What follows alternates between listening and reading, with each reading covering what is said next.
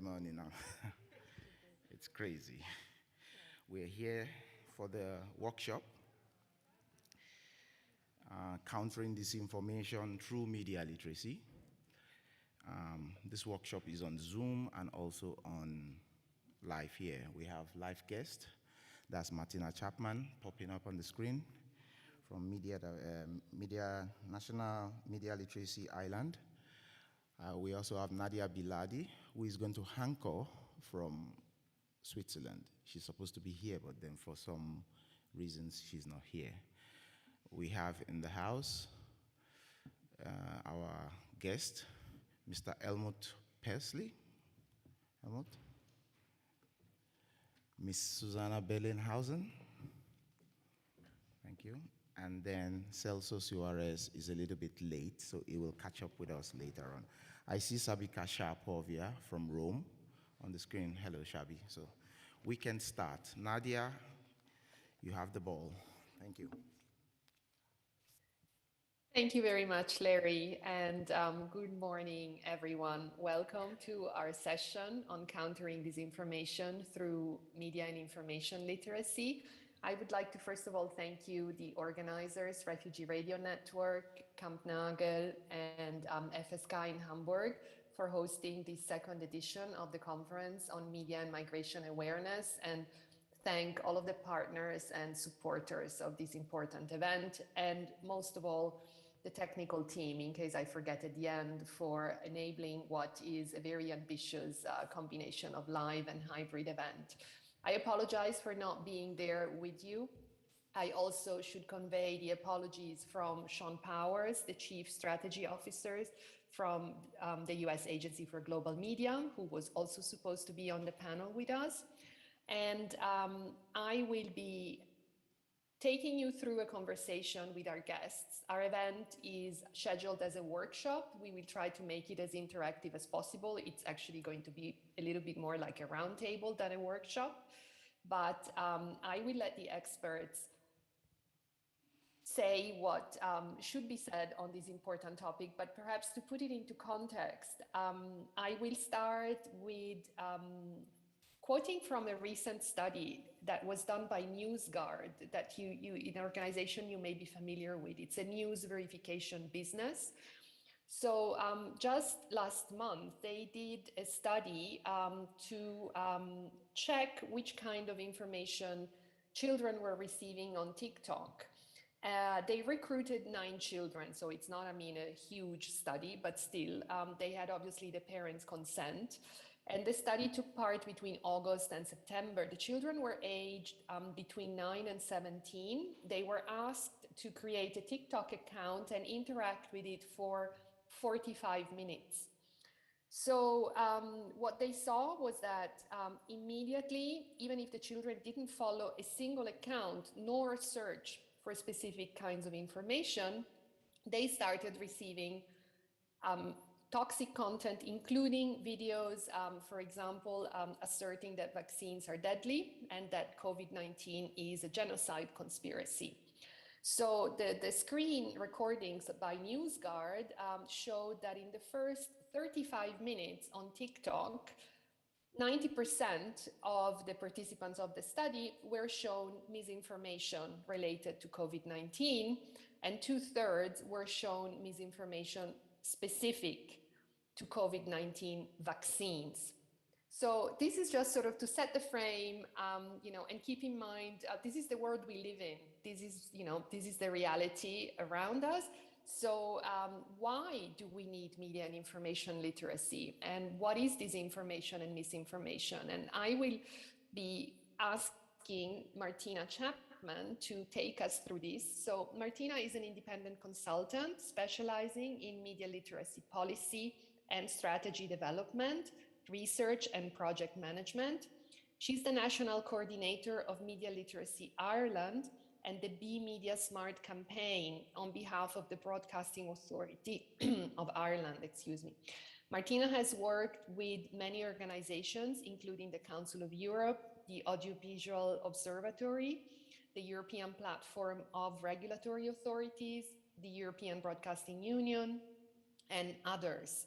She works with regulatory bodies, including the BAI in Ireland, Ofcom in the UK, and other public service media and media institutes.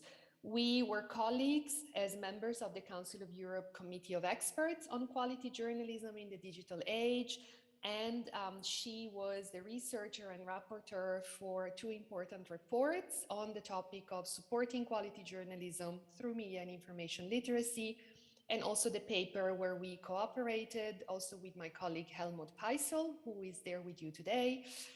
So the paper Media Literacy for All, Supporting Marginalized Groups Through Community Media, that Martina is going to be referring to.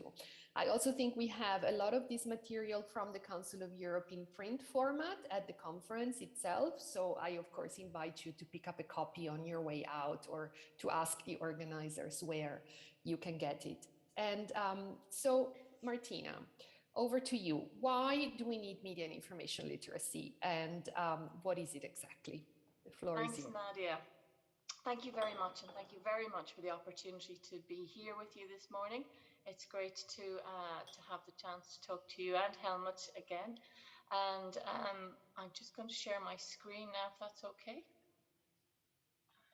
Let's see. So, can you see my screen? Yeah, yeah. Okay. Great stuff. Okay, well, thanks very much, as I say, for the chance to be here with you this morning. I'm a huge fan of the work of community media and the important role that they play. As Nadia said, most of my work is in the area of media literacy. And I use the term media literacy as shorthand because there is no universally agreed definition of media literacy. It's often referred to as media and information literacy, as digital literacy, excuse me. So it's interchangeable with a lot of terms, but just to set, when I say MIL or media literacy, I'm talking in those broad terms. Because media literacy is an umbrella term and it covers a very broad range of skills and literacies. But there's the three main categories, which is to access and use, to understand and critically evaluate, and to create, contribute, and participate. So although there's no universally agreed definition, there is pretty broad agreement that media literacy encompasses these these areas. So what does it mean? Well, being media literate means being able to critically understand and evaluate media content and to responsibly and safely use digital media services. Media literacy also helps us engage with others in the public sphere using the creative and the participatory potential that new technologies and services like phones and new apps offer us. The world has changed so much since smart technology came about, and what we have in our pockets now is so much more powerful and so much more personal than we ever had before. We're now all broadcasters. We're now all content creators. Media literacy is also about knowing how to access media. And I mean, that's literally from knowing how to use a computer or use a phone, get online, to navigating around and finding the information that you're looking for. And as Nadia has alluded to, that can be much more difficult and much trickier now than it ever was before. Media literacy is also understanding how the media itself works, who owns the media, how it's funded, how it's regulated, and how media is made. And most of all, the motivation. Why is somebody making that content? Why are they saying what they're saying? And one of the best ways to understand how the media works is learning by doing. And I think that's where community media comes to the fore. Now, media literacy also covers those big areas of online safety and security. And more recently, it covers things like understanding how data is used and how algorithms work. But of course, at the center of it all is the ability to reflect and to think critically about the content that we're receiving or the content that we're creating, to analyze it and make informed choices about the media and the content that you engage with, that you create, and that you share.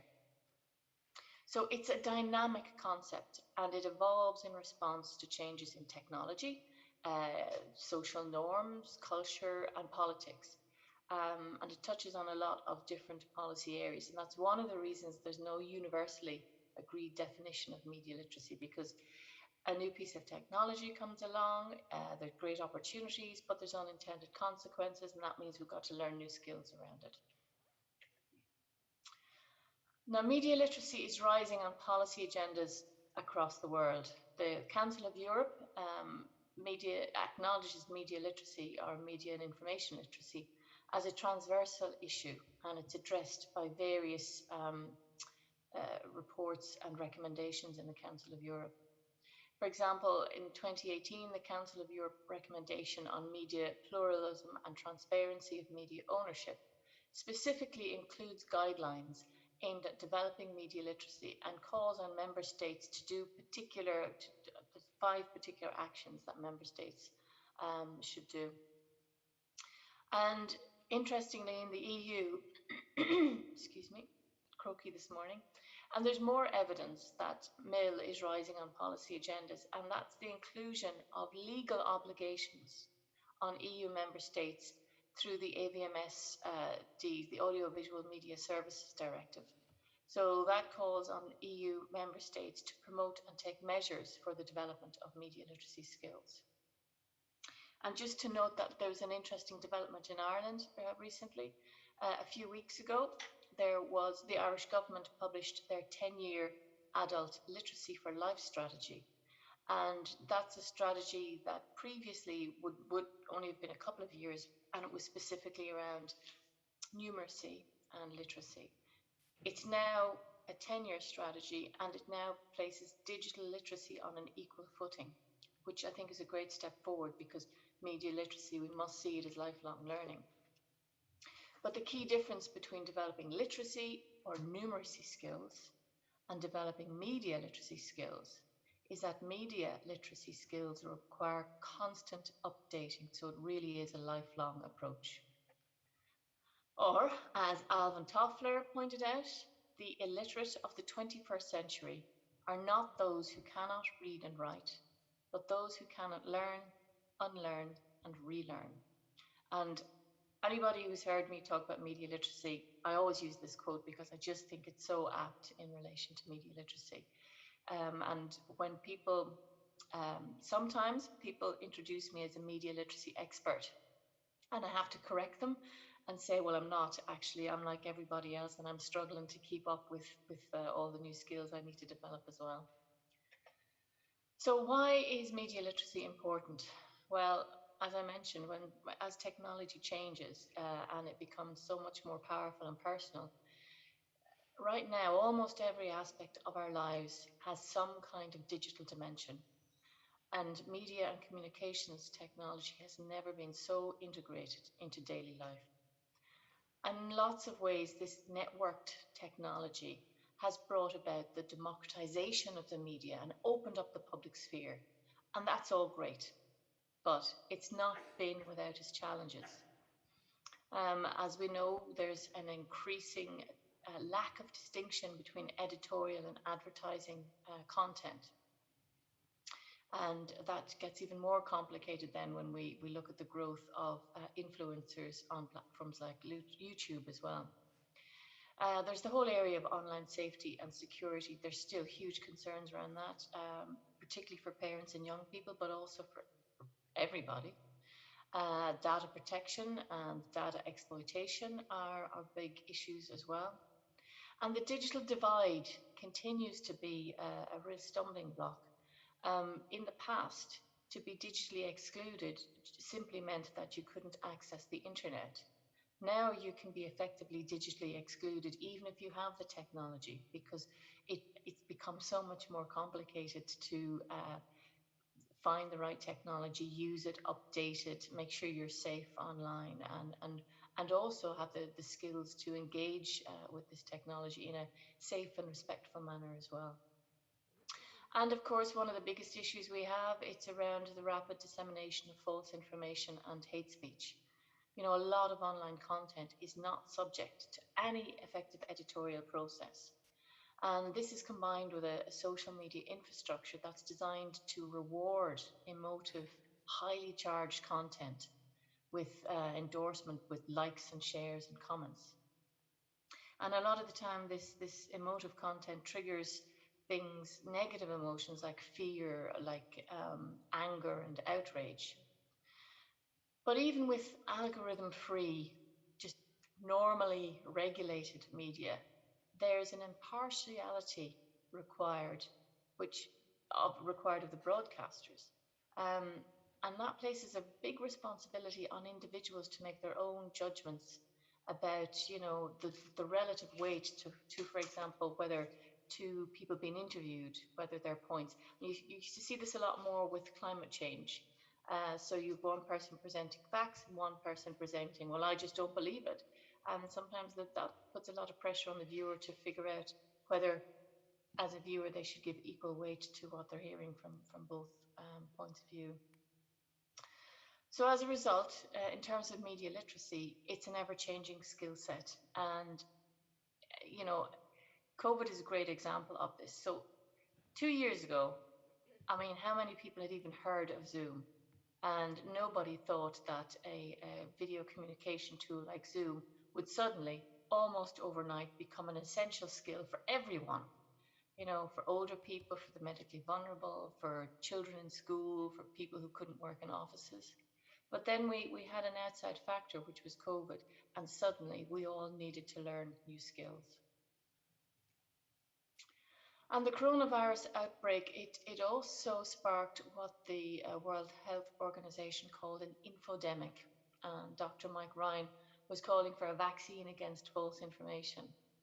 Unfortunately, there is no vaccine against false information.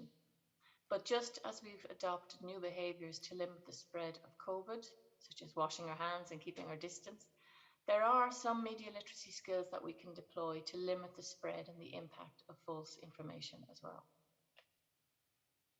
So I just want to go through, different media literacy issues become more prominent at different times.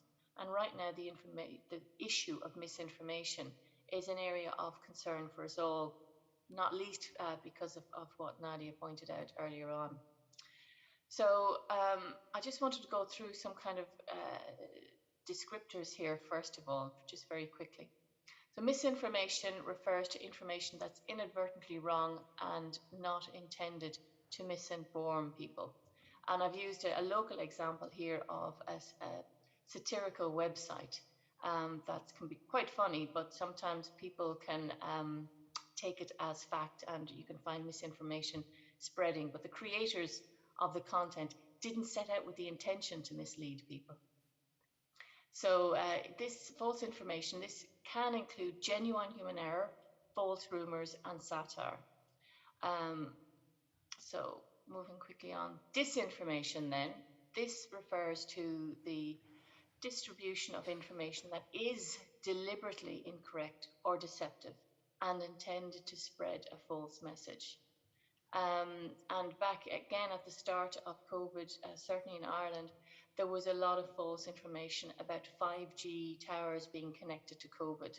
And this false news was having a real and material effect with infrastructure, communications infrastructure being damaged and subcontractors who worked on it being threatened. Then we have malinformation. And this is truthful information, but used to inflict harm on a personal, social group, organization, or country. So an example of this can be about, leaked emails or things being presented in an incorrect context. And then we have propaganda, and this refers to information with an agenda. It's intended to persuade, and while it's not always false, it contains a lot of cheerleading or unnecessarily positive spin. This was an example I wanted to show. It was from a couple of years ago, and it was from the UK, when in the UK, the Conservative Party temporarily rebranded their official Twitter account as Fact Check UK during a televised leaders' debate and used it to publish pro-Tory posts from a seemingly neutral source, when some people may have been looking to fact check and they would see this Twitter feed that says fact check UK. So I just wanted to give you a quick summary of that, but it's a bit like media literacy. When we talk about misinformation, we're kind of talking about all of this area. So to finish up on the kind of why is media literacy important, Howard Rheingold argues in his book NetSmart that people who understand the fundamentals of digital media literacy will be able to exert more control over their own fates than those who lack this knowledge. And he's right, but it would be a mistake to see media literacy as some kind of magic bullet or panacea, because people form opinions and beliefs for very complex reasons. And just because they might have the cognitive skills to analyze the content and the context, that doesn't mean they're going to do it every time, or that cognitive reason will win over social or moral factors. So media and information literacy is not the single answer to any single problem, but it is the best first defense to a whole range of issues. So I'm going to look briefly at the role that community media has in playing to promote media literacy. And I was lucky enough to work with Nadia and Helmut on this Council of Europe paper, Media Literacy for All, Supporting Marginalised Groups Through Community Media. This is the background paper for the Council of Europe Ministerial Conference that took place. It should have taken place in 2020, but took place this year. Am I right in the dates? Yes, it took place this year. And it investigated how the community media sector promoted media literacy and explored how that work could strengthen marginalised communities' participation in community media and beyond. So in the report, we found that a common thread stretching across community media was empowering community groups with the access and skills to create their own communication channels, which meet the specific needs of their community and fosters participation in the public sphere in a structured and a professional manner. So I think that's key to what we're talking about today. And generally, the promotion of media literacy is seen as core business across the community media sector. And the report also found that community media can offer unique opportunities to marginalised communities and those with less formal education backgrounds to re-engage with learning.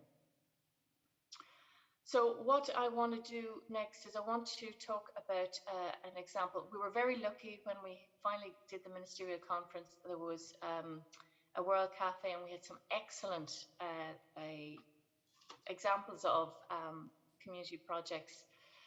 And I know Larry was there as well, and I know there'll be really good examples after this, but I just wanted to show you one example from the cafe, and that was Radio Ara in Luxembourg. As I say, Lisa McLean from Radio Ara presented this project, and it was presented as one of the best practice projects. And I just think it fits well as an example here today. So Radio Ara is an independent, non-commercial radio station that's been operating in Luxembourg as a community radio station since 1992, and it was founded on the principle of free speech and open participation, with a mission to give a voice to all groups in Luxembourg.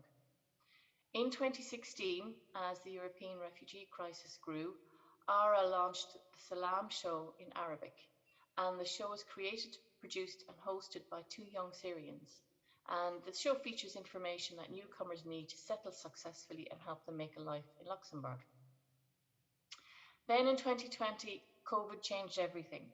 And with society in lockdown, clear and accurate information was really, really important.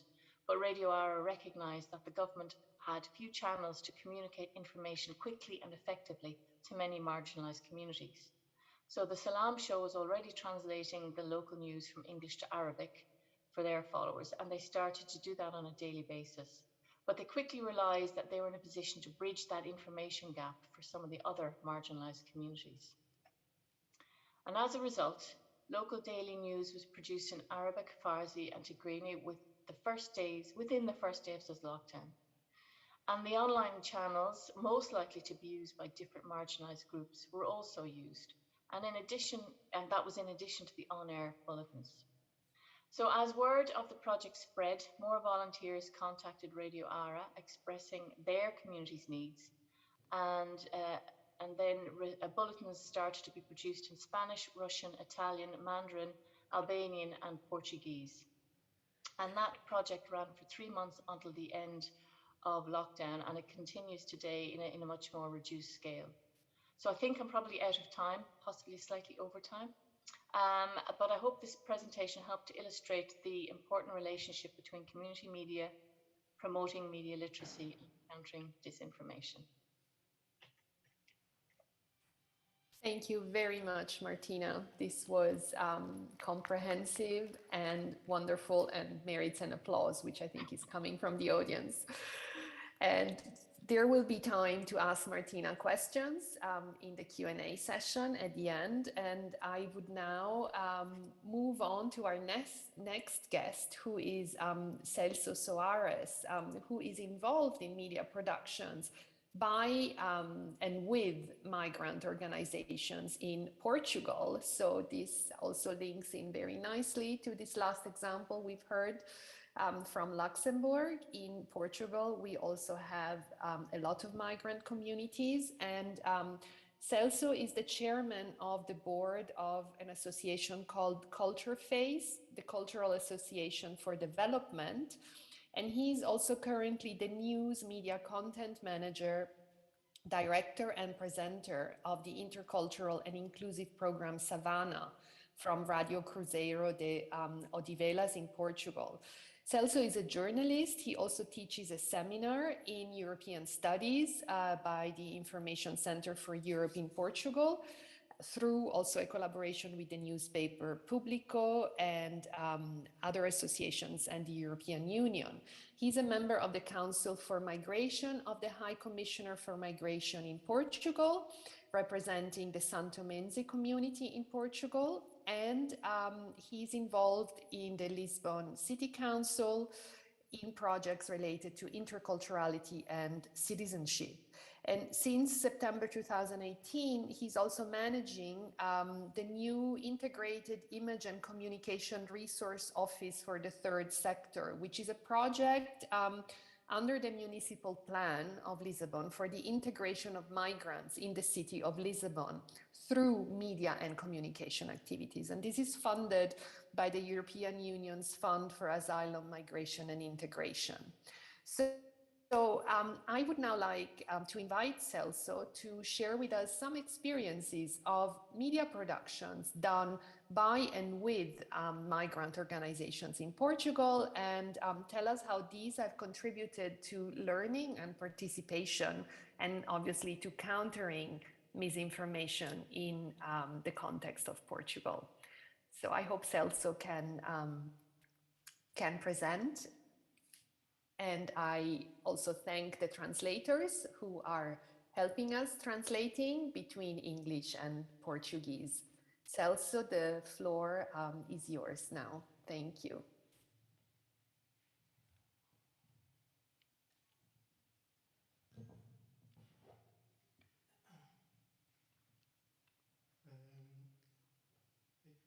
If I can speak in Portuguese, because... Yes. Yeah. Bom dia. Good morning, everyone. Obrigado à organização por ter me convidado. Thank you for the organization for coming here. Em Portugal, our process of integration of the immigrations through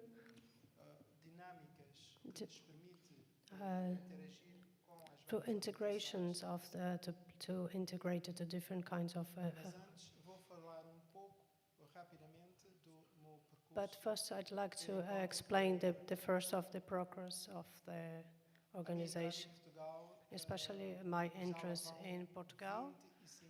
From Jalaval, from 25 years, beginning of the Radio Renaissance in Portugal. And after that, I passed for the radio after international radio. And after that, transformed for a kind of radio regarding to the Africa. immigrate in Portugal. através de várias outras atividades que fui desenvolvendo paralelamente And com through different kinds as of comunidades activities migrantes I em have Portugal, with the immigrants community in Portugal, hoje dou-me por feliz today de fazer I'm parte happy do to say processo I'm part of the e process poder também ajudar and, os demais and through to imigrantes help the através dos immigrants mídia, through the não media, só como também o not lado only of associativismo. the ATV size.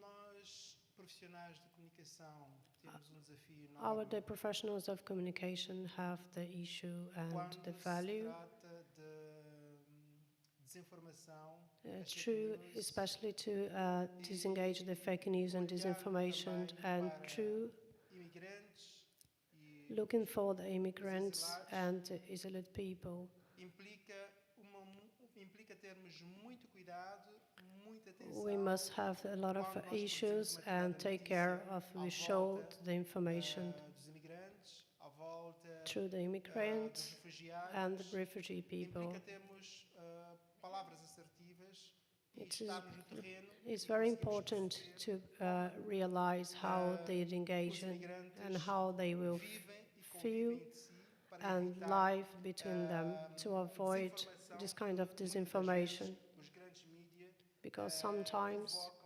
evocam the medias have for this kind of this misinformation of the media had sometimes have this population, and this is really important to not have. Nesta altura em que nós confrontamos-nos com uma velocidade a nível de informação, em que We try to muitas play and empresas to de comunicação organize querem ser this as primeiras a information, publicar, e because quando sometimes the olhamos first way para of o the lado media, digital, em que it's really important to o understand what processo happened to this media, and quase que comer this process is really, sometimes you can say just like fat food, the information, muitas das but vezes vai sometimes trazer-nos can have algum constrangimento. some kind of misunderstanding of the social. Então, podemos questionar With that, we como can é que nós think conseguimos ultrapassar how we esta can't fase que é overthinking de this phase informação e de desinformação. and between the information and this Eu olho misinformation. apenas como I can see when the only way to, também como único caminho the para only que way possamos through the path ultrapassar esse to processo. transpass this Através process. da informação, But I think it's através only de, through the information we can capacitação have e the compreender os dois lados. try to understand both Profissional sides, de comunicação, the, como também the way of compreender professional o lado information imigrantes. and to understand the refugees and immigration. Em Portugal, In existe Portugal, muito cuidado. we have this, Agora, quero dizer, existe muito now we cuidado have the, quanto à produção de informação. how Apesar de não existir os meios de comunicação, we have the, try to understand the meios de comunicação especializados para information, processo this whole kind of process, the immigration process, já começa a ver and how to understand and have this opinion about the eu posso opinion. dar aqui exemplos de I can have some kind of examples to understand.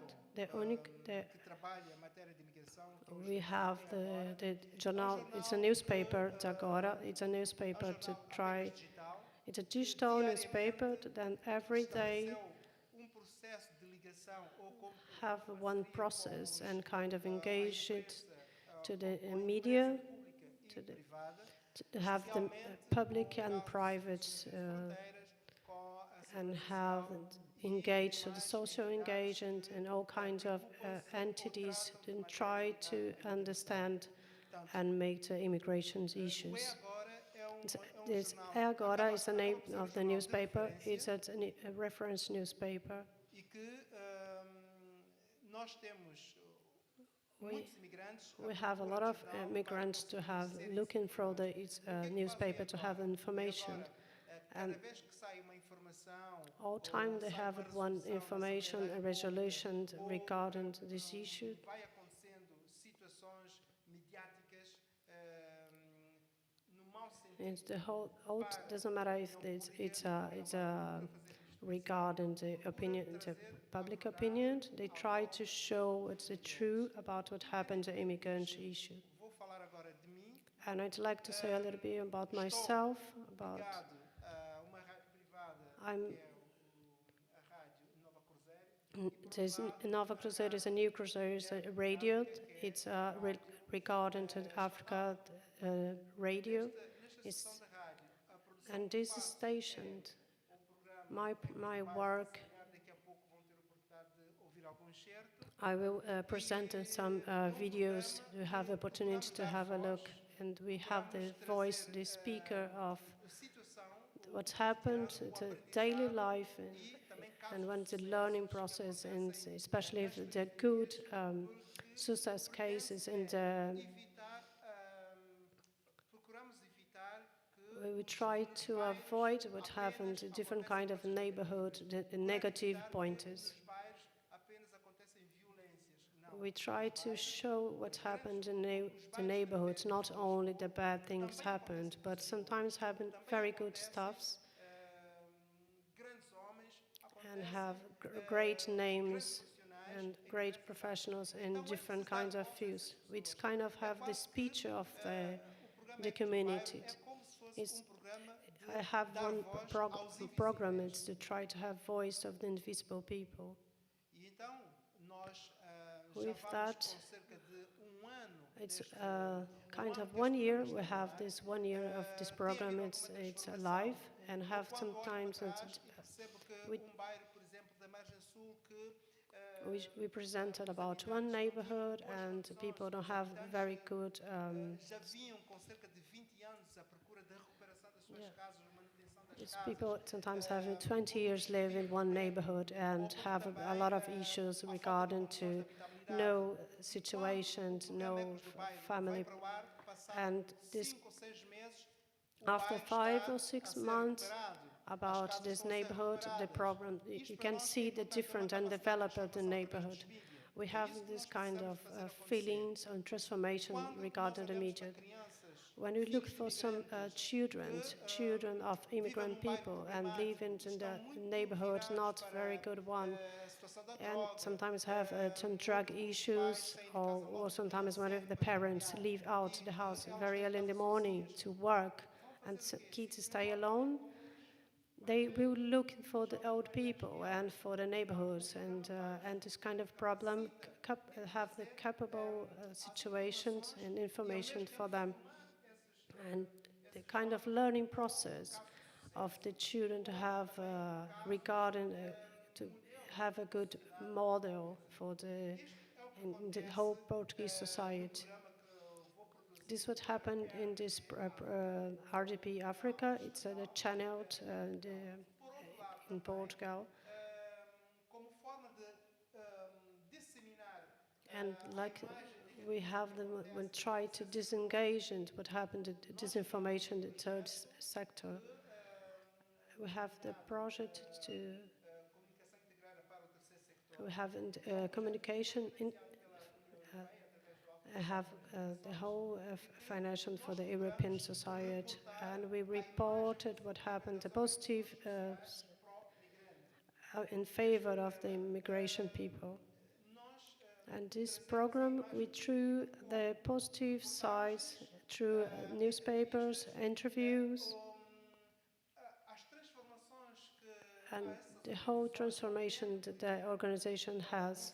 For instance, I'd like to show, would like to present a video through. He asked us how it's possible to present a video now. Celso, I think, can you hear me from, I hope you can hear me. So Celso brought 2 examples he wanted to share with us, and I would suggest that we maybe quickly watch, if it's possible for the technical team, to show us quickly the first minute of what I'm going to send them right now in the chat. And then, however, Celso, I'm going to need to move on to our next guest and then let you have the opportunity to finish in our conversation round, because we are running a bit over time. So if the technical team can show us maybe the first minute of what I've just sent them in the chat, that would be great. Thank you.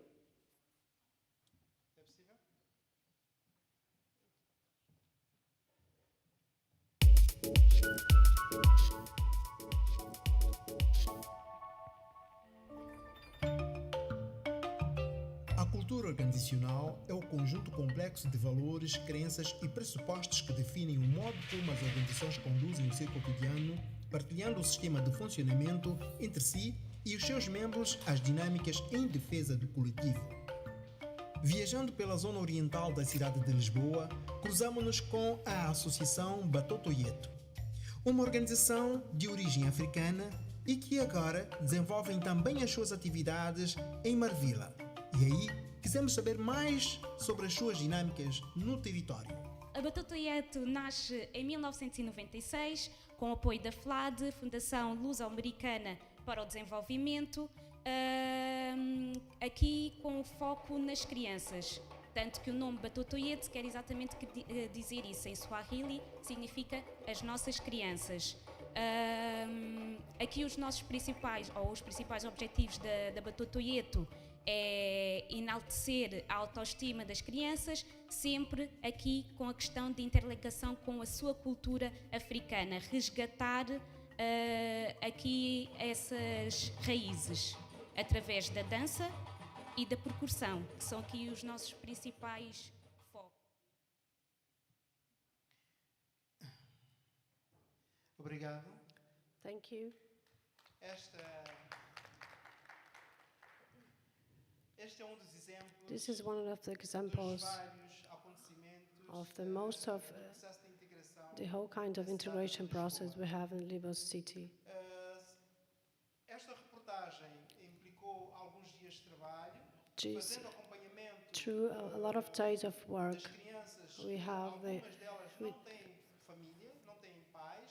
some of the children is orphans, don't have parents, A Associação Batotoyeto and these associations trabalha com elas work every day for them to processo de regularização, regulation a capacitação. and capable for they go back to school. Batotoyeto é uma organização que, Batotoyeto's organization além de trabalhar a parte da cultura, go more than the culture, promote as boas práticas. the goodwill, you can see. Hoje já temos homens e mulheres Today we have men and women in true for this organization through the whole life and now grow up and have children, and the organization Batotoyeto help them. e agora não sei se faria sentido I know I'd like to present, I don't know if it makes sense, and if I passar can, outra reportagem show another, que semanalmente acontece na RDP África, que é o to programa show another one to help every day in the European Africa. a reportagem que vão ouvir, eu espero que a nossa Just representation, I can translate if you can. tradutora Yes. possa depois ir traduzindo a pouco. Okay, I will translate and after and have like a recap of it you see. O Ecos do Bairro é um programa que acontece semanalmente. It's na Echoes RDP of the África, aos sábados. neighborhood. It's happened every day and every weekend and Saturday, and have Tuesday and Thursday as well. É engraçado que quando fui convidado para It's funny because when first they introduced me to produce this radiophonic program, a direção do programa havia falado comigo apenas para they asked me to do uma it vez por semana. once a week. De repente, And passado after that, 3 meses, cerca de after 3 3 months, I have this new and posto semanalmente. and it will be more than once a week. With that, O nível de audiência the deste audiences, espaço radiofónico tem sido bastante positivo. this audience had have a lot of positive issues and feedbacks. Produzidos por africanos, It's not easy to have programs produced of African Beacon and RDP Africa. It's not very often. Yes, and now we can have the video, please. So thank you very much, Celso. I've just sent the link to the technical team, and I think we'll be able to listen in quickly to this episode that you mentioned. And then, however, I'm going to take the floor back to move on to our next guest, and then you will have the opportunity at the end to comment. I hope the technical team can do magic and wonder as they always do in the background and let us listen in, and that the translator can also translate, because the radio program we are about to hear is, of course, in Portuguese. Thank you.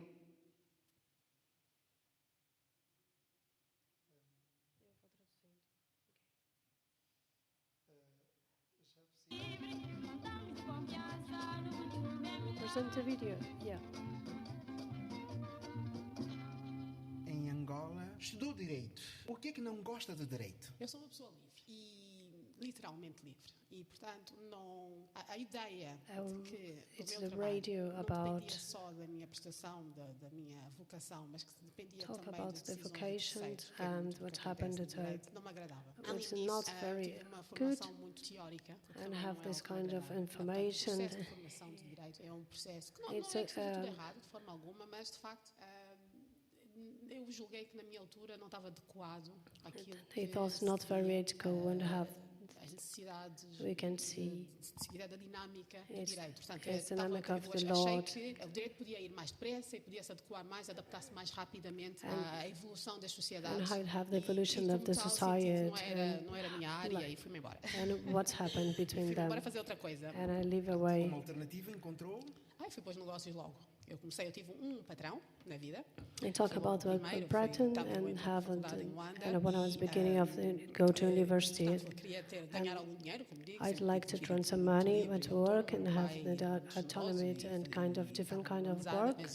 But my father not very supported and like to have all my money, and I chose and I find a good job. Telefonista lá da administração, como falava inglês. And when I speak in English, they find me a job and have a good salary for my age, and that's good. Ao longo da caminhada. Sim, Yeah, claro. Isso depois logo direto. In the beginning, after a while, I changed my professional life and have money and work and have a kind of responsibility and the American company. And it have a lot of impact as my learning process. And after that, until now, it's in Portugal. Okay. Thank you very much. This was really interesting. And Celso, I'm going to have to move on to our next guest, but you will have the chance to comment in the queue. Somente, é só para explicar que este episódio I'd like to explain what happened in the episode. a uma Refers jovem de origem angolana to que Angolan às últimas eleições autárquicas em Portugal. and true for the election in Portugal and have like a meeting and have a meeting in Portugal and a young chief is not allowed and have this kind of representation of political representation in the Portuguese fields. And nowadays you can see have more African people and go through the elections and beyond in Portugal. This is an example of the integration people. Thank you very much, Celso. For Martina, I mean, Sabika speaks and understands Portuguese, but for Martina, so the person that was interviewed in the radio program is someone who was then elected, who is of Portuguese of African origin, and Celso has been commenting on how, I mean, giving platforms for media expression has also enabled increasing political participation of communities with a migrant background, which is something that we found also in the study we did together for the Council of Europe. And I would now to link to a broader topic, which is, connected to countering hate speech, countering disinformation, and empowering migrants. And I would like to invite Susanne Bellinghausen to join us. Well, she's on the stage already. Susanne is an architect, and she is the co-founder and CEO of the Open Culture Agency in Berlin. It's a nonprofit that works with local organizations to support open knowledge, open technology, and peace-building efforts, in particular in the Global South. So we've heard from some European experiences. Susanne is going to show us and talk to us about some projects that she's been involved in to mitigate online hate speech and also counter misinformation. And Susanne, I invite you to take the floor. Thank you.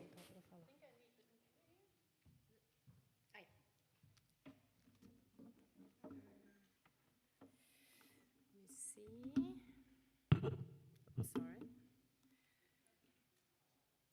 I think I need help here.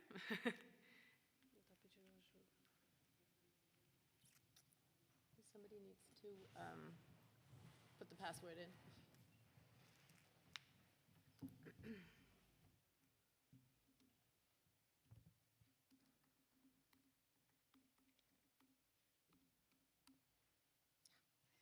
Okay, I think I'm going to keep it. Can you make it full screen?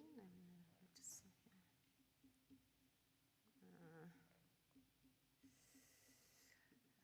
yeah, so I'm going to try to keep myself a little short, especially as Nadine already introduced me nicely. I'm Susanne Bellinghausen, co-founder of Rogue Agency for Open Culture and Critical Transformation in Berlin, an NGO that was founded in 2013. I'm going to really, go through this a bit quicker, but what I think is essential, I mean, we call our work like open culture in the sense of open technology, meaning access of information to everyone. And that is what we do with our projects. I'm going to talk more about the practical experience we have to enable people to have access to information, access to knowledge and tech innovation. We work in 3 sectors mainly. It's peace building, open technology, and open knowledge.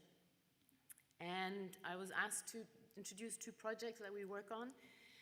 One of them is the Migrant Media Network, which empowers migrants to get information on migration, and the Defy Hate Now project, which is a peace-building project countering online hate speech and incitement to violence on the ground. The Migrant Media, I need to get some water.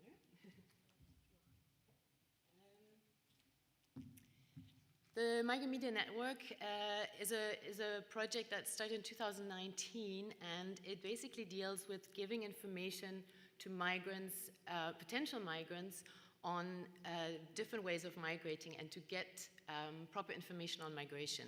The project has 2 sides to it. One of them is that we address the diaspora in this case in Germany, to see how their social media behavior is towards the message when they talk about migration on social media, what do they bring across? And so we do social media trainings with the diaspora, and they then get to travel to their home country. In this case, it's Ghana and the Gambia, to then talk to people, have workshops and talk about their experience that they actually had migrating, and talk about the migration truth.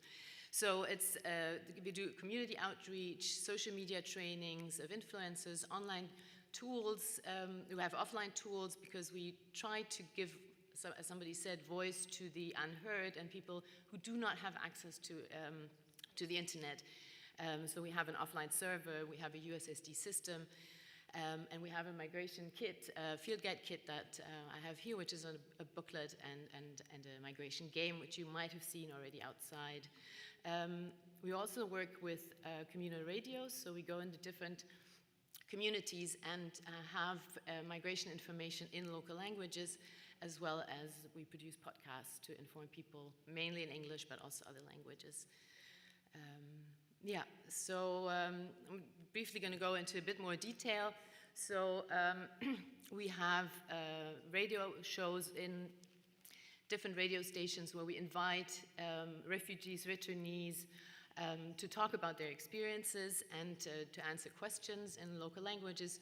We do community outreach, and we do the workshops online, but also offline. So we have the diaspora mentors, we call them, have online events to talk about on social media about what the information on migration that is important. So positive alternatives, regular migration, irregular migration, and that's also what the USSD system actually does. So here it's basically, this is the hierarchy box, then we have the USSD system in Ghana and Gambia set, which is access to information basically for free, because you just need to put in the code, and then you can go through the different types of migration that how to get a visa, or how to apply for a scholarship, or what happens if I migrate irregularly. And we also do fact-checking, which is actually something that comes from the DeFi It Now project that I'm briefly going to talk about, to look at, what is the information that is out there, is it true or not, and then sort of post the fake and the correct news online. This is also something that the diaspora mentors do, and also related to migration and COVID. Yeah, this is the field guide, which talks about how to plan your migration, how to who human trafficking is, and give resources of information for people that want to migrate.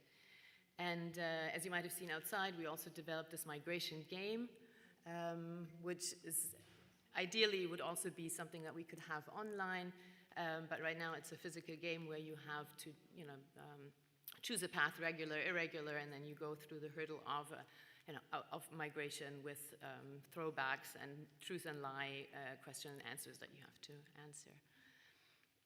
Of course, we use in this project social media quite a bit as well. So we're on all the social media channels, Facebook, Twitter, Instagram, and on our website to try to transmit proper information, broad information on migration. This does not mean, because this is funded by the German government, that we talk against migration or say people should not migrate.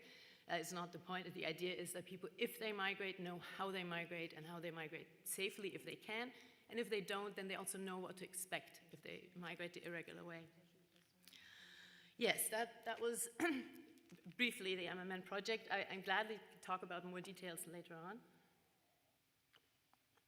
I also want to say that I have my two colleagues here, and also a diaspora mentor, Sidi, is here, and I also want to thank Nima and Benedictus, who have been here the last days, who work with me on this project here in Germany. Without them, that would not be possible. And of course, the team in Ghana and Gambia is also very important. This initiative here, which is, I guess, maybe more related to an actual online situation, is the DeFi It Now initiative, which started in 2000, now I don't remember, 15, I think,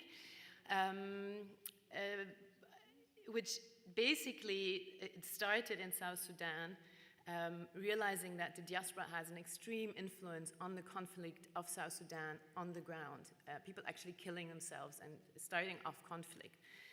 A long time that was not really seen as an issue, and people in the home country believing what they hear and what they read on social media. So that's where we started the initiative. It has meanwhile grown. We have a DeFi It Now initiative in Ethiopia, in Cameroon, try to raise awareness of how to develop means to mitigate social media-based hate speech. Is one of them, bridging also the gap of knowledge and awareness of social media mechanisms between those who have access to technology and those who don't, and counter messaging, and I'll go into detail. There's a lot happening there. So yeah, South Sudan, Uganda, that's one of the countries we have an initiative, Cameroon, Ethiopia, and we'd love to also implement it in Germany, actually, and go into schools here, but it's a funding issue. So within the DeFi It Now project, we do a lot of things. We try to work in general in our organization with grassroots organizations, with youth leaders, with young people on the ground, and sort of a bottom-up kind of approach. So we developed, among other initiatives, we developed the Africa Fact-Checking Fellowship in Cameroon as part of the DeFi It Now, which is a fellowship where journalists, influencers, media houses get basically trained on how to fact-check information that we see online. In this case, of course, is the Cameroonian conflict that is in the focus. And these fact-checkers then are in the background of the fact-checking website that we have, which is called 237check.org, or in South Sudan it's 211, so it's the country code always, where you can go. You can either look at already existing fact checks, you can have, there's a monthly health report, it's called, on what the situation of the media and truth in Cameroon is, but you can also submit something that you want to have checked, and then these people that have been trained in the background will get back to you. Or people publish it on the website publicly to see is this a fact, is this true or not? So you can go to the websites and check it out. Then there's the Media for Peace initiative, which aimed to equip journalists with critical knowledge about changing dynamics of the conflict.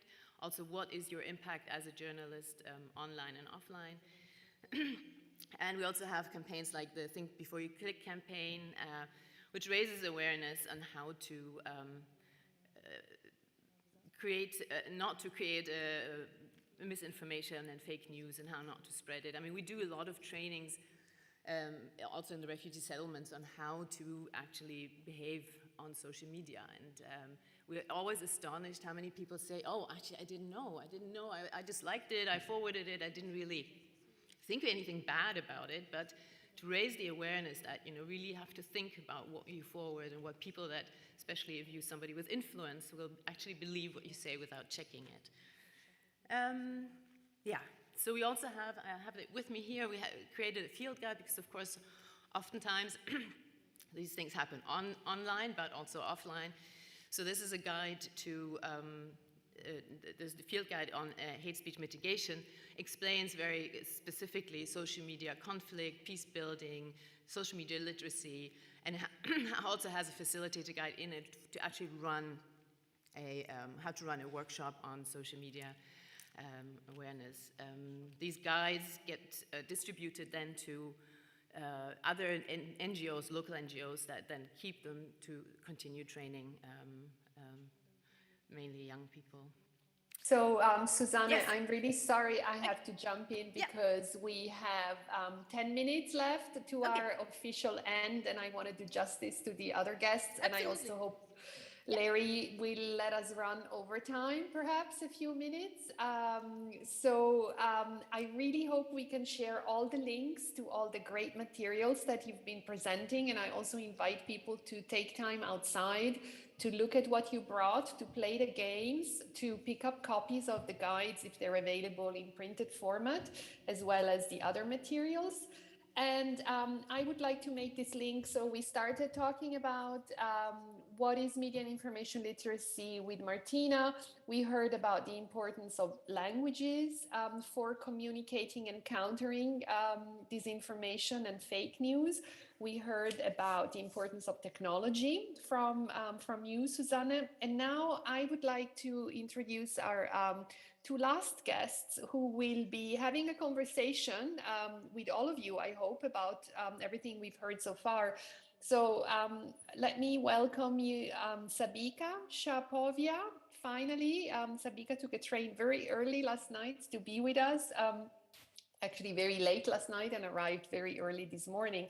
Sabika is an Italian-Pakistani journalist. She writes a lot about terrorism, Islam, integration, and migration, but not only.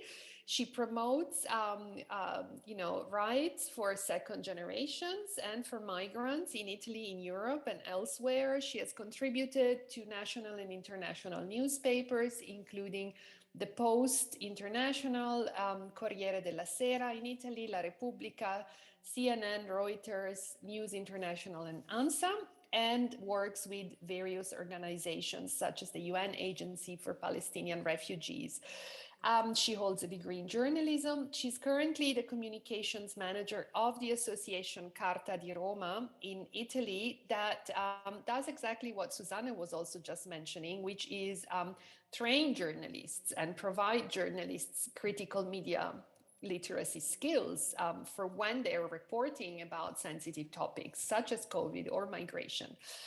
Let me, however, also introduce my dear colleague Helmut, who is taking my place on the stage. Helmut Peissel is the director of Commit, COMIT is the Community Media Institute in Austria, doing training, research, and consulting, mainly for community media, but not only. Helmut is one of the authors of the study Martina briefly presented of the Council of Europe. He holds a master's degree in media and communication science, and the focus of his work lies in community media and its relation to lifelong learning, social inclusion, dialogue, and multilingual media productions. So a lot of the work that COMIT does is really at the crossroads of all the topics we've been discussing: languages, technology, learning, and countering disinformation, especially through work in community media. So I'll give the floor to Sabika first, because she's also just come from a really interesting festival in Italy on the topic of media and migration. And I just would like to ask you, how does all that has been said so far resonate with you? What have you picked up in your recent work that you would like to share with us? Thank you, Sabika. Thank you, Nadia. Yes, it's funny that you say I took a train early to be with you, and then people are like, but she's not with us, she's online. Yes, I just wanted to make sure I would be somewhere that everyone could hear me properly from. So it's interesting because post-pandemic, it's as if everyone was kind of craving the live situations again. So there's a lot of events happening. September and October have been very busy months. So I work for this association called Carta di Roma, and we basically, what we do could be simplified with media monitoring. We do daily press reviews on topics relating to immigration, because we're somewhat like a code of ethics that journalists are technically obliged to follow when covering immigration. We do training for professional journalists or aspiring journalists, because we even go to journalism schools. And then we publish studies and researches and fact-checking articles, basically compiling also a yearly report on how immigration was covered in the media. So that helps us give context. And it's interesting because I've been going to international conferences, both in Europe, and since a few years we've been working in some African countries too, with Carta di Roma training, not just training professional journalists over there, but even creating bridges to fill in the gaps that are missing in the media narration. Like often, at least in Italy, you know, there's not much attention paid to the countries of origin. So we've been going to these countries of origin and creating those connections with local reporters and Italian reporters. And we recently even published a guidebook with 30 named of experts and their contact details who have migratory background. So, you know, we try to give the tools, and as we saw, there's many. Just now before me, Susanne was illustrating a number of tools that are available, you know, to not, like, if you know how to use the internet. And again, like Martina said initially, it's not a matter of like not having the information. The information is there. It's a matter of knowing how to read it, of understanding it, and then learning how to successfully circulate it. So since I've been going to these conferences, I noticed that, you know, a lot of things I thought were very Italian are actually issues that are common to many countries, to most countries who are, you know, dealing with immigration, especially in the recent years. So it helps to come to attend these kind of conferences, also to create these connections and also, you know, work together on solutions, because there is no one definite solution. What's more important, I guess, would be like changing the perception of people who often rely on media to get their information. And media, maybe because we are getting more and more used to publishing online and getting our information quickly, immediately. Maybe there's, you know, we don't pay much attention to where we get our information from. And often journalists also don't pay much attention to their sources, which is something that is fundamental. Like, where do you get your information from? Who is the person giving that information? And then, you know, choosing to circulate it. These days in the south of Italy, there's a festival that Carta di Roma is a partner of. We had at least 3 panels a day by the Carta di Roma team. It's very intense and it's still ongoing.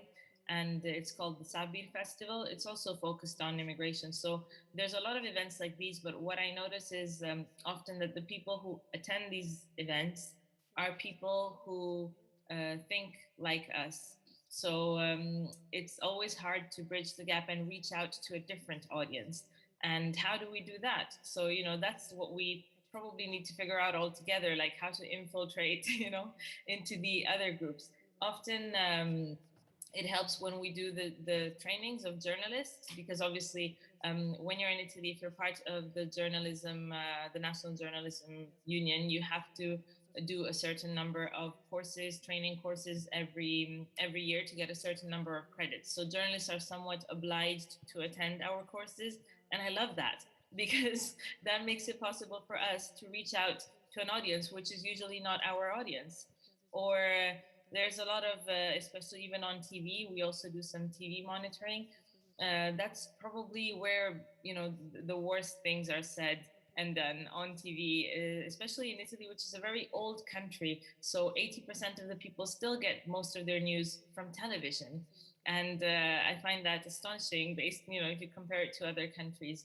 And even here, like sometimes I myself have been invited to discuss certain issues on some TV programs, which, you know, are very, I don't even know how to explain it, but basically they have an agenda, and it's not always a positive agenda. And you know that if you go there, they will try to manipulate what you say or take it out of context. And, you know, but I always tend to accept those invitations a bit reluctantly, because on one hand, you're like, should I go to this program and validate it with my presence or not? But if I don't go, the program's still going to be running. People are still going to be watching it. So I always choose to go.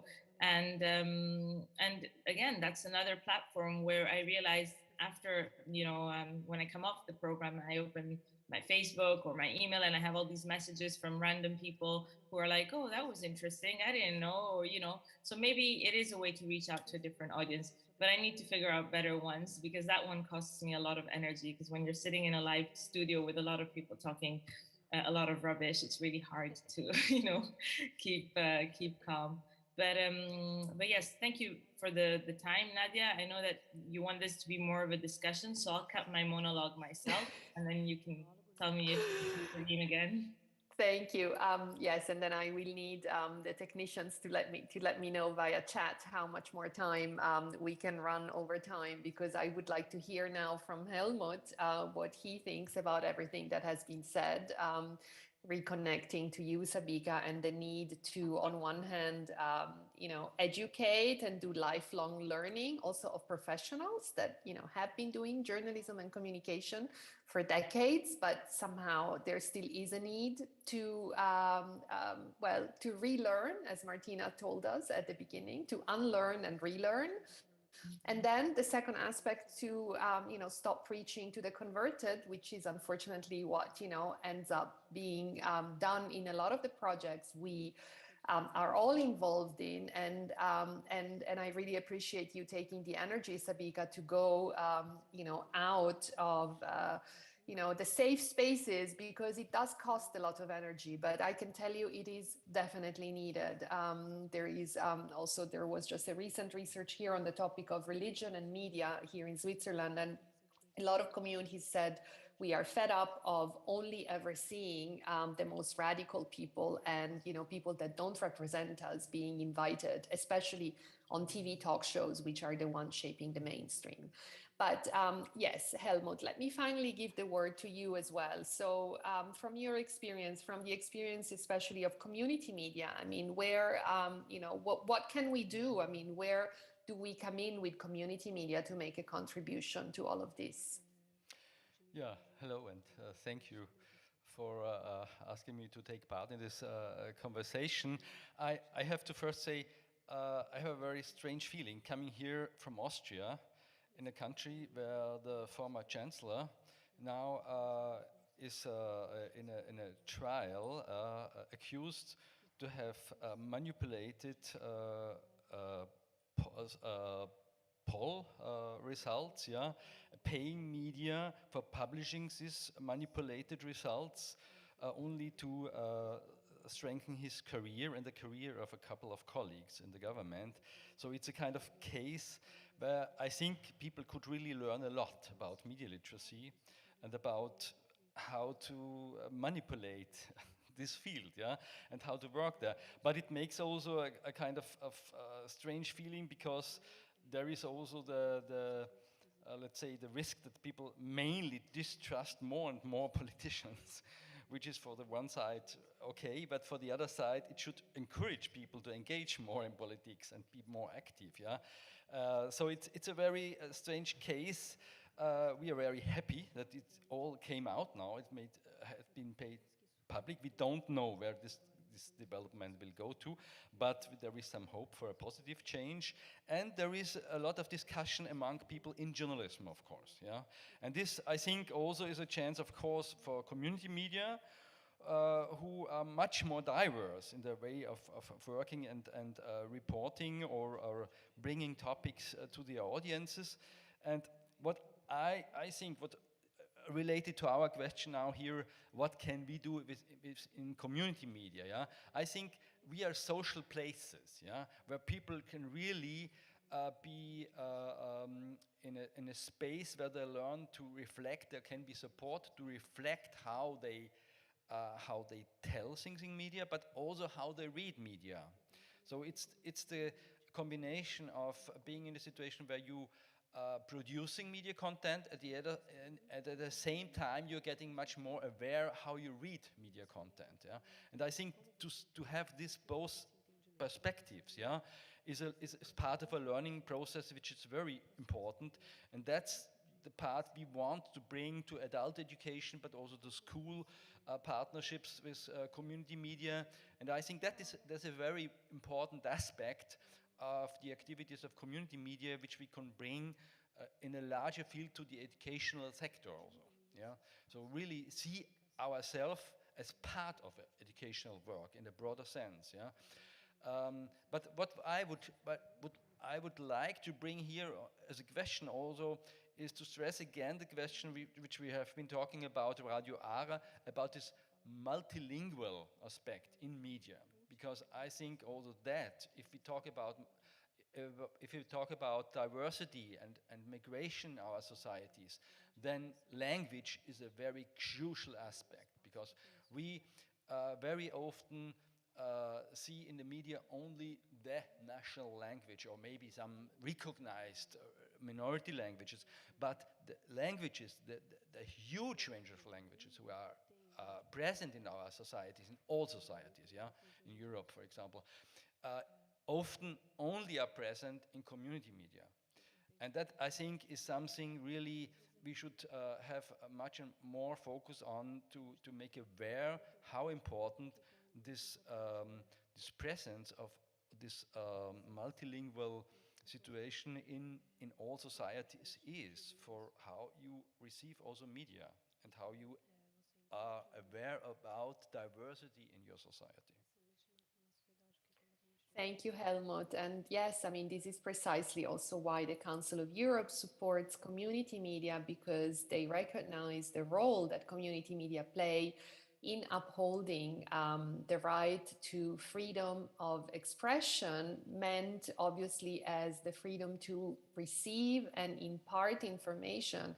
And for minorities, for also language minorities that have always existed within national states, having access to channels of content where they can access content and where they can contribute content is part of their fundamental human rights. So this is one of the reasons why community media is being supported by international organizations. We do have a few more minutes, and I would really like to hear whether the audience has any questions to ask any of our panelists. I imagine it would be possible to pass a microphone around, and also to ask our guests to maybe think of one question they want to ask to one of the other ones. And hopefully this will give us the chance to have at the end a final round of comments, and hopefully you'll be so good in choosing the person that you ask the question to that you won't all be asking questions to the same person. Should that happen, then I'll jump in. But let's see, I don't see the audience right now, but let's see if we have any questions from the audience. I really hope we do. And please don't be shy.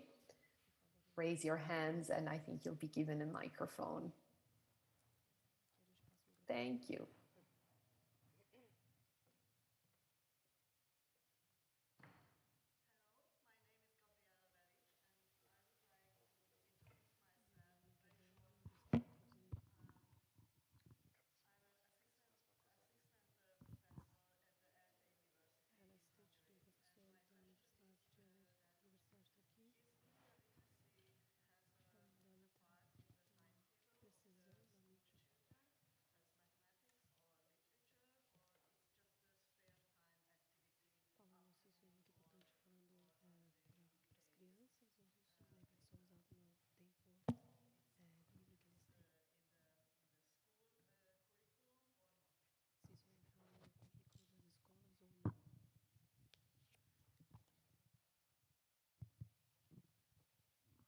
I don't know who you're addressing this question to, but to all of you. Yeah, because you are from different countries, and I really would like to know whether media literacy is part of the school curriculum or not, or is it just a spare time activity for the children, or something which is inside in the school basic activity.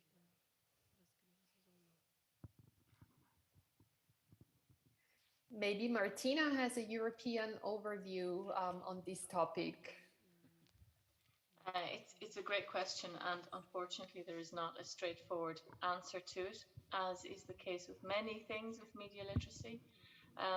Earlier when I talked about media literacy being an area that touches on a lot of different policy areas, this is exactly what I meant. Because in some countries, so take the UK for example. The UK, there's 4 nations within the UK, and education is a devolved responsibility. So across the UK, the education is different in each of those. Education policy is different in each of those. And in relation to media literacy, you can't even get agreement between media literacy practitioners about whether media literacy should be a core subject in schools, so a discrete subject, or whether it should be a cross-curricular subject.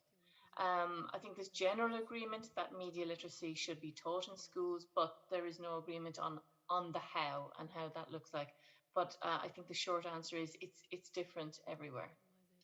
But I think what you do find is that when in countries where media literacy is not part of the official curriculum, their civil society is quite active in terms of developing resources that teachers can use within schools. But of course, the challenge there is teachers are already very, very busy. And whenever anybody wants to get any message to young people, they say, "Oh, the teachers can do it," but teachers have a pretty full portfolio as it is. So I'm sorry I didn't hear the original question, but hopefully that might go some way to answer it. Yes, we had issues hearing the first part of the question. So if Helmut, Susanne, or Celso have something to add, please do. Otherwise, I would try and get at least 1 or 2 more questions from the floor. And if it's any consolation for the people in the UK, Martina, well, you're in Ireland, but if you speak to UK people, we have 26 cantons in Switzerland, and education is split between all 26 of them. Just... media literacy is very rarely does media literacy sit as a policy priority within just one area like education. Everybody thinks media literacy is a great idea, but it's quite a rare thing for a country or a government to have a dedicated department that looks after media literacy. Yeah, and I mean, I can just talk for Germany and maybe also from my experience as a mother. I must say, even if these plans are made, they're not implemented well. I can say so much. I mean, I don't know how Hungary works, but in Germany, definitely, or let's say Berlin, Germany, of course, also is divided in different counties, but it's not happening. And that's why we're planning to do this Defy It Now project, actually to go into schools to, give precise information, because kids they're not learning it yet. Yeah, I can also give a short idea about the situation in Austria. Well, there for a long time there has been a kind of a general a kind of rule, yeah, for school teachers that they can work on media literacy in each subject they are teaching. Yeah, so means this trans-sectional approach, but this led to the fact that we had some handful of teachers who has been very active, yeah, all over the country, doing fantastic work, but the majority doing nothing, yeah. And the fact is now they changed it. Now there is a part in the curriculum for the primary schools and also for other later classes. But I think the question is also about the definition and understanding of media literacy or media information literacy, because very often there is a very functional understanding of media literacy, which means teaching how to use which tools in a brave way, yeah, and not about critical reflection, yeah, which is sometimes not to behave brave also, yeah. And I think that is a lack in generally in this discussion, and that's also the reports I often see from UK, where people say, no, I don't talk anymore about media literacy because it's misused by the industry, it's misused by the kind of citizen control in a way, under brackets. But there should be also a critical discussion about what does it mean, yeah, really media and information literacy.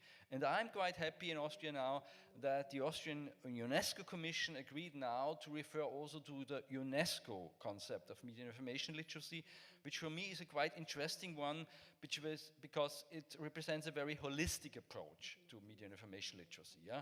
It includes also environmental issue, the SDGs, also fighting against poverty. So I think that is also a battle at the same time, yeah? The definition and the understanding of the concept. Mm-hmm. And we are just coming to the end of the International Media and Information Literacy Week, correct? By UNESCO and I think also by the European Union. Was it the same week this year, Martina? I think, well, the week that was just completed, sorry, it has been a long week. I think this might be my 6th conference this week. It's the UNESCO's Global Media and Information Literacy Week. And it is led by UNESCO, and it is absolutely global. And I've been making the argument that it actually needs to be a month, not a week. But I would agree completely with Helmut there that, you know, I have spent days, if not weeks, of my life in conversations about how to define media literacy, and I've reached the point where I don't care about definitions anymore. What I care about is what it means. What I care about are the projects that are promoting all the different aspects of media literacy, and to look at it in the broadest sense. In fact, trying to define it, I think, is counterproductive sometimes because it changes so quickly. And what we mean by media literacy skills change so quickly. And if you have a narrow definition, it's very easy, as Helmut says, it's very easy for one sector to say, well, this is our interpretation of media literacy and it's very narrow and we're going to stick with it. And, you know, I saw that, you know, about 10 years ago, the focus of media literacy was all about digital inclusion. But at the time, the definition of digital inclusion was literally getting people online. What they did online when they got there was no real thought about. And those of us who were in the kind of had a broader perspective about what media literacy was, and the center of it being around critical evaluation, critical thinking, because those skills matter no matter what platform you're on. Whether, as Sabika said, whether it's the older generation watching television or the younger generation who are completely online, or somebody somewhere in between, those cognitive skills, those critical, essential life skills of being able to understand and analyze and reflect, that's really where it's at. Yeah, thank you, Martina. Which reminds me, I mean, of one of my favorite comments, which is, you know, in the past, it was not just because you had pen and paper that you were a journalist. You know, it does require skills that, you know, you do need to learn, which is what we try to do in community media. I mean, yes, we offer platforms and give relatively open access, but it's not without, this training and this space for collective reflection and feedback that Helmut was also mentioning. Do we have any more questions from the audience? Because we are now almost 15 minutes over time and we will have to wrap up. And we also still want to hear from Celso, but we have one question from the audience. Este é processo muito interessante de se discutir. This is an interesting process to... Este espaço não seria suficiente. I believe this space is not only to be, but I try to be the fast I can. Estamos a falar de processo de linguagem. First of all, it's a language process. Quando nós olhamos para as diversas línguas, where you look for different language and you have different kinds of background and you diverse society. I will have the example of Portuguese language. The Portuguese from Brazil and Portuguese from Portugal have the different.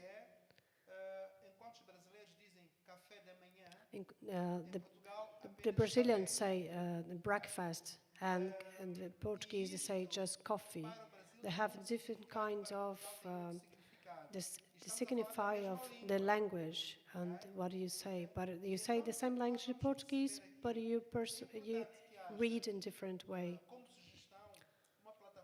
But I can suggest one kind of a platform to have integrations of the literacy of the communication, because sometimes you speak the same language, but it's different meaning.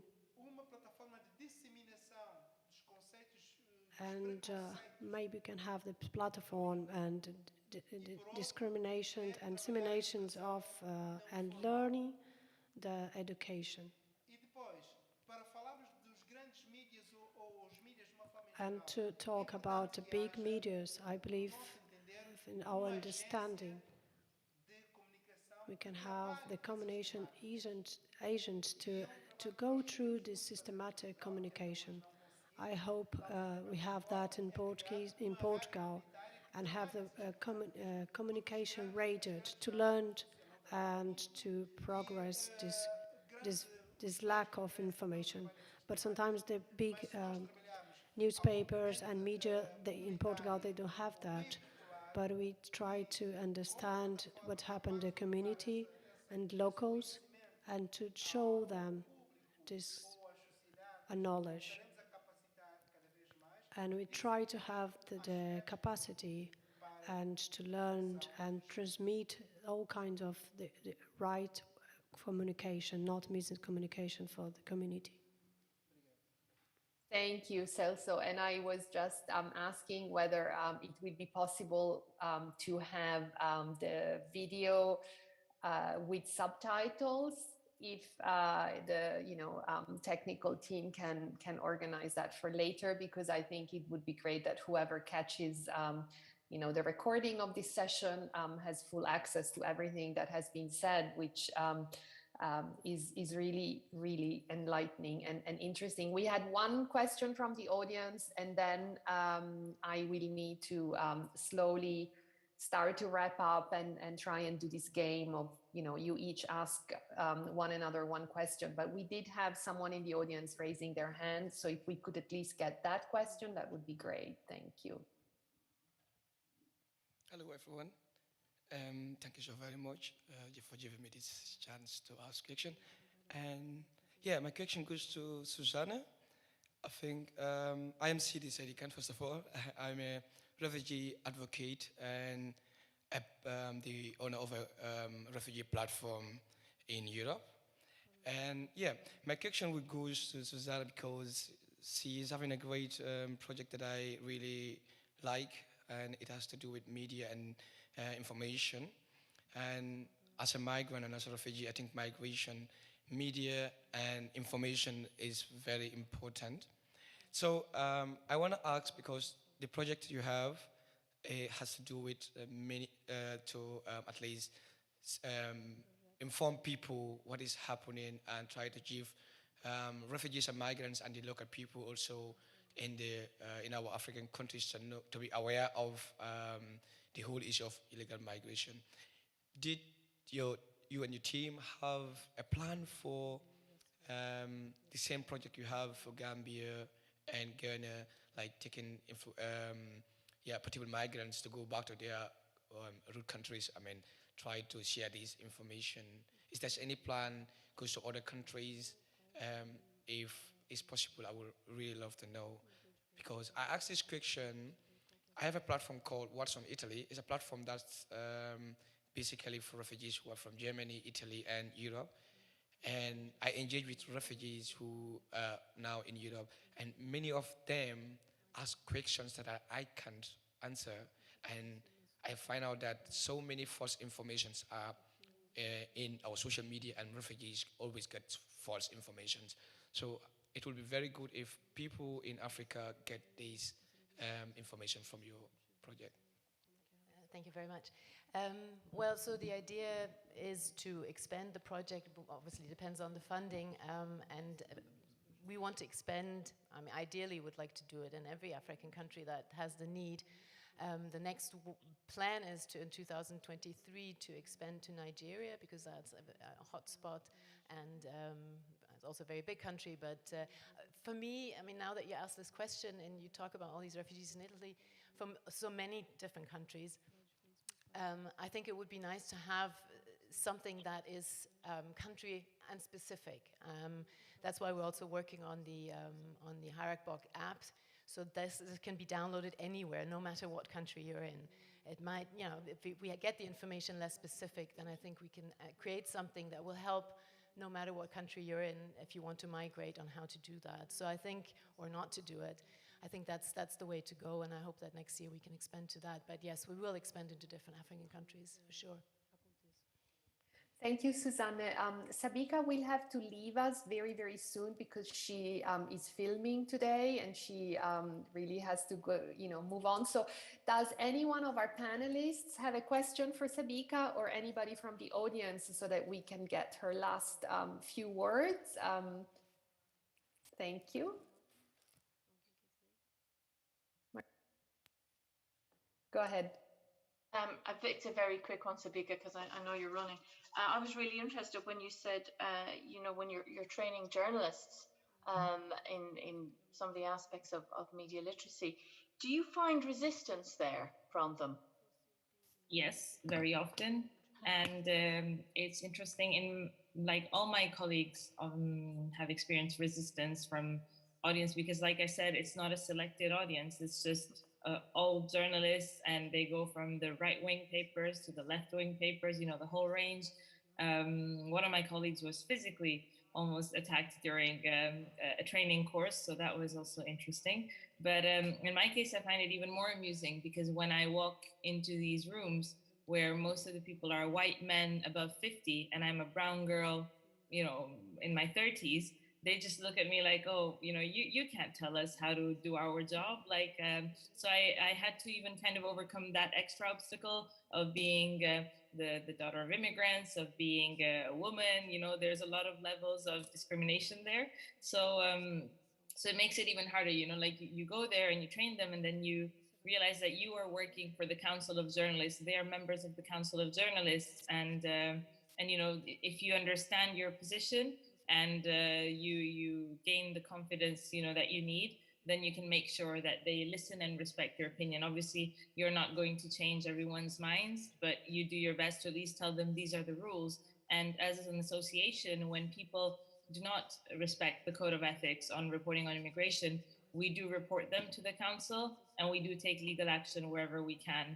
It's not always easy, because on a daily basis, there are small, there are small things that people do that don't respect the code of ethics. We try to act on the bigger ones, because it would be very difficult, and we're a small team, to act on every single time someone doesn't respect the code of ethics. But yes, there is resistance there. And I find that when we are training the younger generations in journalism schools, then there's a lot of interest and interesting debates. But with the journalists, the professional journalists, often it is complicated. I also have a question for you, if I may. Susanne, yes, please, but I've also just been informed by the technical staff that we will have to finish in 1 minute. So I will let Sabika answer the question, and then what I will do, I will thank you, and I will invite all of you who are physically in Hamburg to go outside, get a coffee, but continue the conversations between yourselves. But otherwise, I'm going to be in a lot of trouble with the organizers. So please do ask Sabika, and then we let her go, and we wrap up. Thank you. No, I just wanted to ask you, I mean, you nearly answered that question already by saying white men. How diverse is the media landscape in Italy? I mean, if you report about, lots of migrants, is maybe the younger generation, if you say you go to schools, is it more diverse, or how does it situation work? The society in Italy is starting in general to be more diverse. So yes, in the younger generations, there is more diversity, but still not enough in the media. I can literally count my friends and colleagues, with a different background, and we kind of know who we are. It was the reason why probably I work a lot now is also because of this, because there weren't many people with my background. So every time there was a story that somewhat related to, or at least in the perception of people, it related to my background. So anything really to do with Islam, anything to do with immigration, anything to do with Pakistan, Afghanistan, India, they would call me for it. So that probably kind of helped me build a niche audience. But now it's not really enough to be like the only Italian journalist with the Pakistani background. I'd like there to be more. So it's starting to be more diverse, but in the media, still not very much. Even in the journalism schools, yes, there are people with different backgrounds, but still not as many as we would need to, really change. And when we talk about diversifying Italian media, I don't just mean diversifying it ethnically or religiously, but even, like I said, it's a thing of, generations and gender.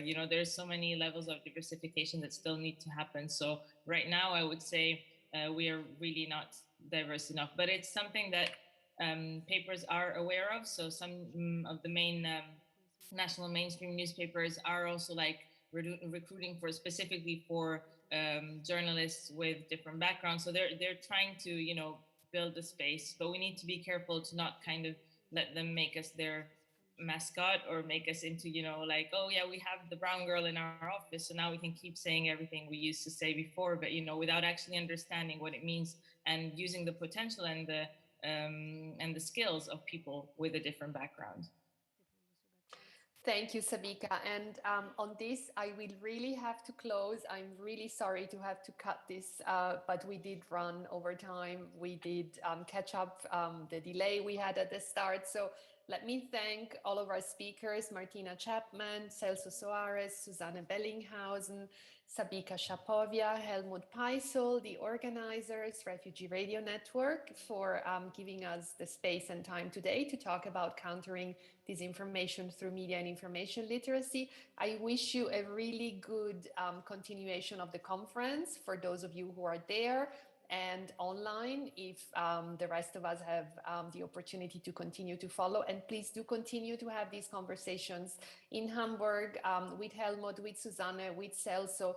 Thank you very much to the translators. Thank you very much to the technical team. You've been amazing. And I hope you'll have a really good rest of the conference. It's been a pleasure. Thank you. Bye, everyone. Thanks. Bye-bye. Bye.